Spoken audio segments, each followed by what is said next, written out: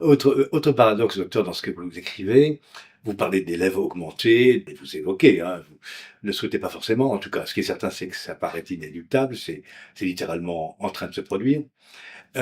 Et à côté de cela, vous n'hésitez pas à écrire, il faut enseigner les humanités, il faut faire des élèves des humanistes. Oui.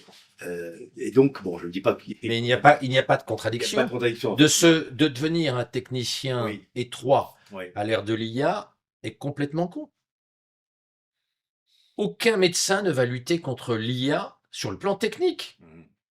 Aucun juriste ne va lutter contre l'IA dans 10 ans sur le plan technique. Mhm. Pareil pour l'ingénierie, etc. Donc, nos enfants ne doivent pas être des techniciens étroits qui vont être écrabouillés par l'IA du futur. Nos enfants doivent avoir une pensée holistique, une réflexion sur le monde, qui provient des humanités, avec à côté, bien évidemment, une bonne culture générale. J'ai toujours défendu Mhm. à la maison avec ma femme. Il y avait un consensus d'ailleurs là-dessus, même si nous sommes Mhm. tous les deux de formation scientifique. L'éducation que nous avons donnée à nos enfants est bâtie sur un trépied. La culture générale, la culture générale et la culture générale. Et je pense que c'est la recette gagnante Mhm. à l'heure de l'intelligence artificielle. Et moi, j'aime beaucoup la phrase de Charles de Gaulle de 1934. Bon.